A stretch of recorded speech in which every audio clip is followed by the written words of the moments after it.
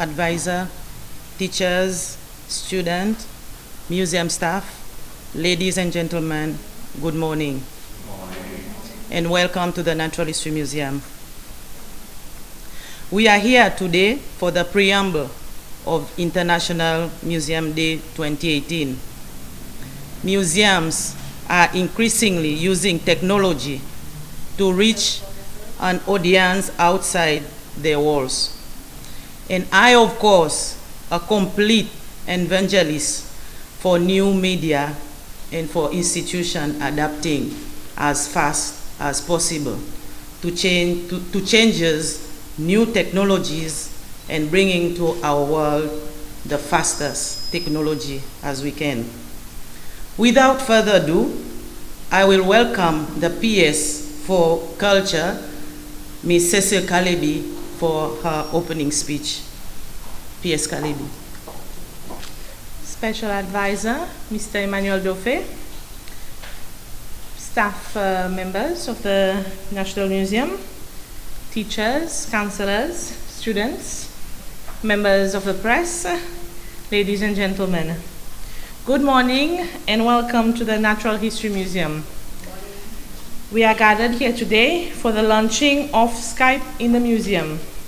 This initiative falls within a series of activities being organized by the National Museum to commemorate the International Museum Day, which is commemorated annually on the 18th of May. Each year, the International Council of Museums selects a theme which highlights the role and significance of museums in our society. The theme this year is Hyper-Connected Museum, New Approaches, New Publics. The launching of Skype in the Museum program is the testimony that the National Museum is fully embracing this theme to commemorate the International Museum Day. The National Museum now joins other museums around the world by using technology to reach out to new audiences outside their walls.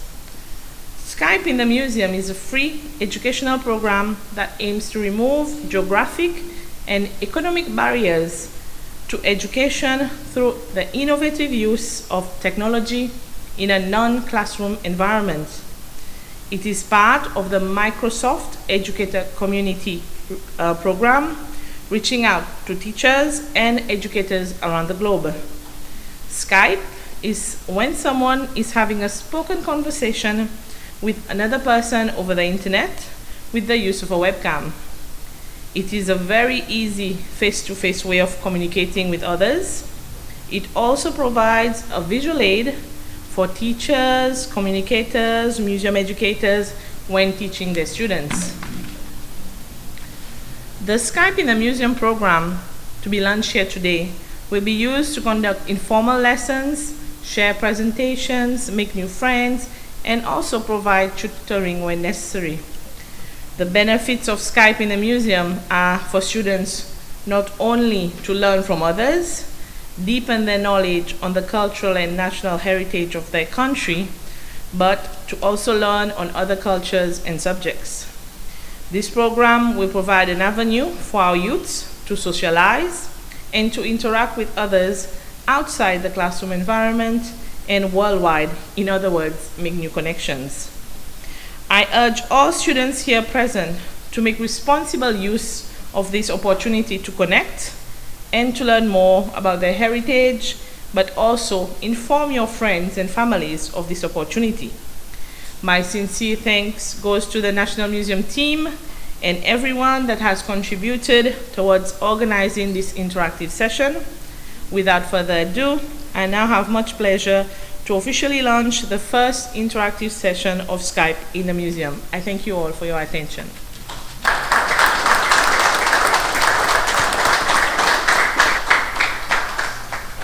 Thank you, PS Kalebi. Ladies and gentlemen, may I now invite Mrs. Nicole Bao to give us a brief about the Skype in the museum before we proceed to the tour. So good morning, everyone.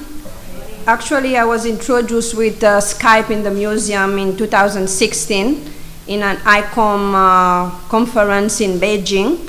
So Skype in the museum is new to us, new to Natural History Museum, new to museum. So actually it all started by creating a profile where you send all your photos, information about your organization to Microsoft. And actually Microsoft is the organization that works closely with us to book the appointment with all the classes, the different classes around the world. So we have to be very sure about the time difference when we are booking our virtual field trip. So the only thing we need is a very good internet connection and also a very good telephone or a tablet to be able to communicate with the classroom. So once the requests have been done by the teachers, so it is us as museum specialists to confirm our virtual field trip. So once everything has been confirmed, so we set a date, and actually the length of the virtual field trip is around 20 to 30 minutes. So what the benefit will Skype bring to the museum? The benefit is that we bring our museum out to the world. We give more visibility to our museum. We give more visibility to our country. So children out there, they know that the coco de mer do exist. They know in which places in the world where they can find the coco de mer. They know where the giant land tortoises exist. So we are the one feeding them the information. So the benefit will be for Seychelles, for the Natural History Museum, for our people. So in the end, it's not technology that matters. It's how passionate you are in the work that you are doing. So I'm happy to launch Skype in the museum as well. So thank you very much. And straight away, we have a class in Pakistan that are waiting for us for a virtual field trip. Thank you. Thank you, Mrs. Bao. And thank you all for coming. I will invite you all for the tour.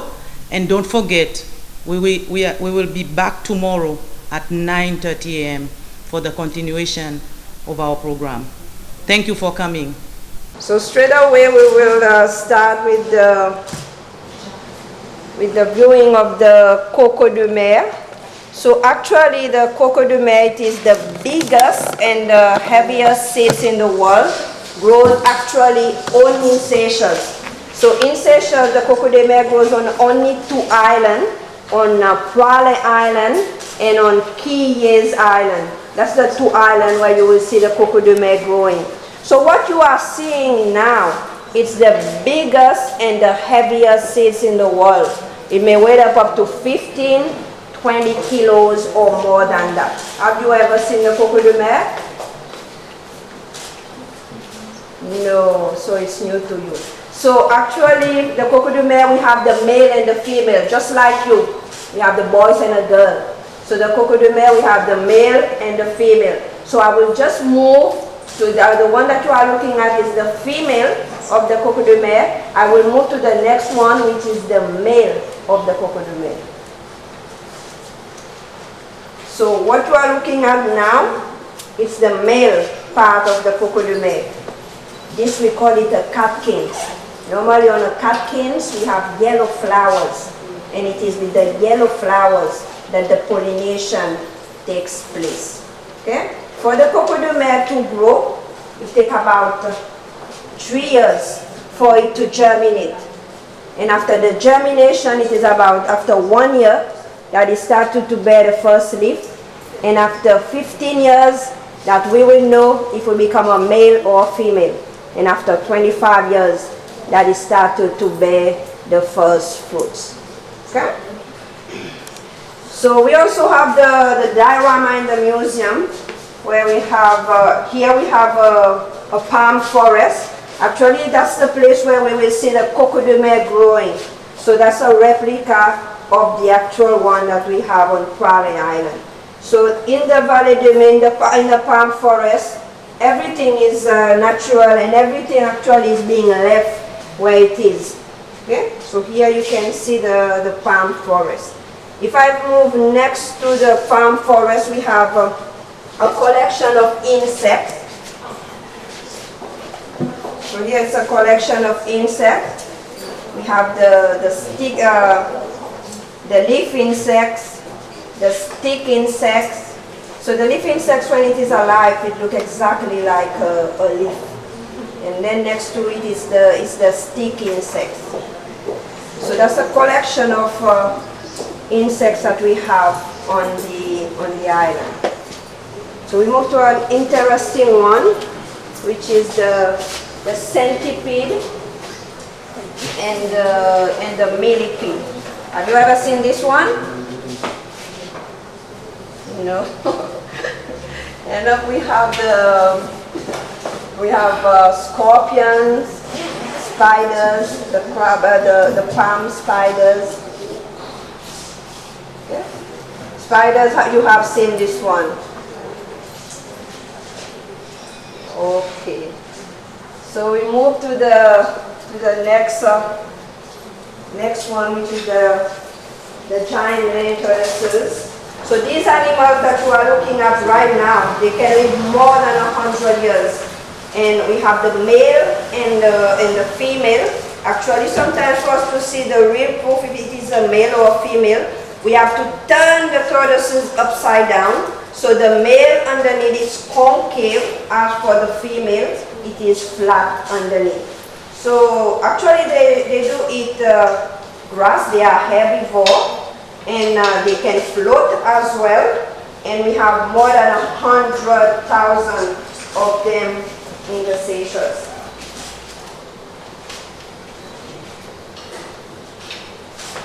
Wow. Wow. We also have a box in the museum where we can see the different, kind of birds that are endemic on the island. These are only pictures, but if I press the button, it gives us the sound of those birds.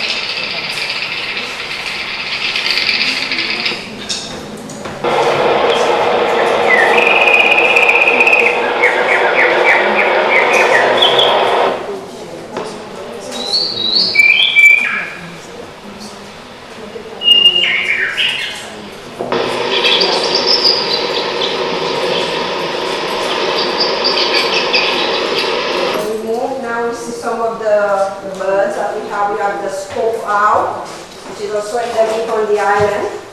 That's the scope owl. They live on the mountainous area. We have the wedge-tailed shearwater, which is a seabird. Then down we have yes, it's a seabird. Actually, it can go out at sea to fish. And then we have the white-tailed tropic birds. We also have another one which we have a red tail. This one it is found only on Aldabra. We have here is again the white tail tropic bird. In Creole we call it paillon-pic. Paillon-pic. Okay. We also have the mountain mist forest. It's a mountain mist forest where we can see up on the mountain how it looks like. We have the bulbul. We have one of the endemic plants growing on the rock.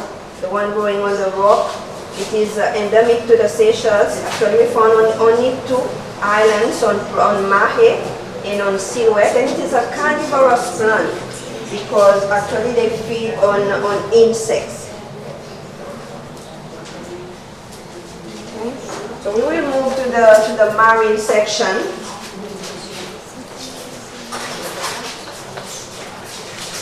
The marine section, we have a small collection of corals. So corals, they are animals. They are the microscopic animals, which we call them the polyps. They do get their names according to the shape they look like. We have the brain coral, potato coral, fan corals. And corals, they are very, very fragile. Actually, they take 2.5 centimeters for it to grow per year. We have seen the giant land tortoises. We also have the sea turtle. We have the sea turtle. This one, they stay in the sea. We have the hawksbill and the green turtle. Okay. Actually, it is only the female that will come back on the beach to lay their eggs. And they have a lot of predators like crabs, like birds, even us humans sometimes. We kill the sea turtle, but it is protected on the island. It is against the law for people to kill them. But also on the island, people, they eat it. Eh?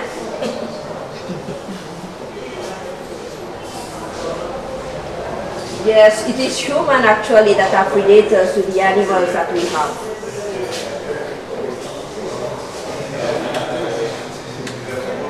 This one is a hawksbill, eh? And this one, they stay in the water. Okay.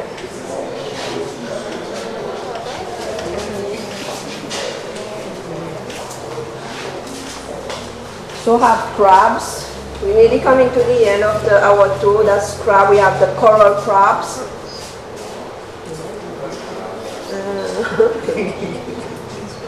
We have the coral crabs, and down we have the giant land crabs. So this one, have you ever seen this one?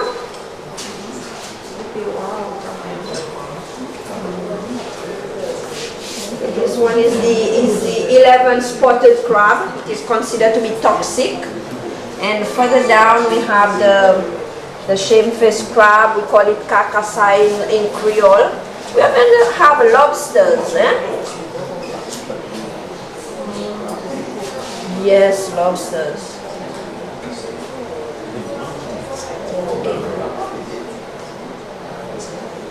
So on this side we have the upper jaw of a sperm whale. So you have your jaw, eh? We have jaw, everybody have jaw. So this one is for the sperm whale. And then we have for the dolphin. For the dolphin. So last but not least, we will see the diorama of the coral reef. So it's a coral reef. Like a coral reef which is under threat.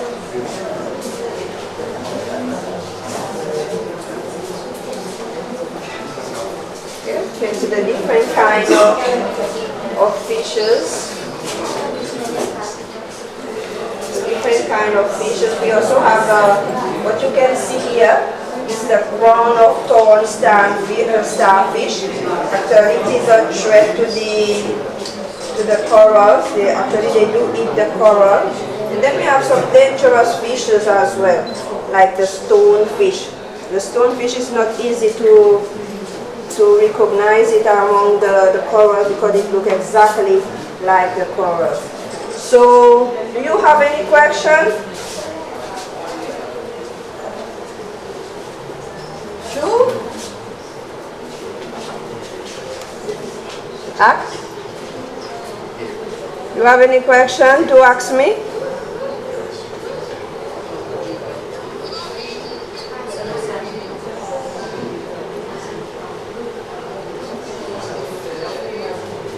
Actually, in Seychelles we have two national museums. We have this one, which is the Natural History Museum, and then the History Museum, which will open very soon. I can say two museums.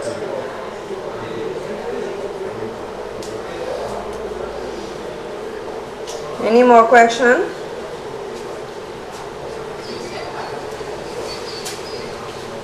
Yes, yes, yes. Yes, we do have.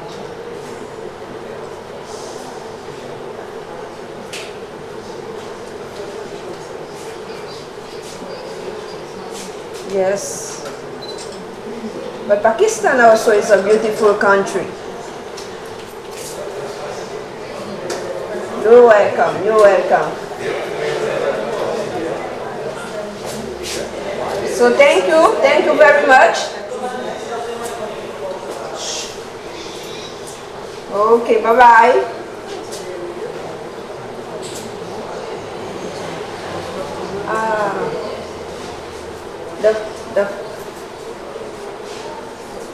Okay, thank you.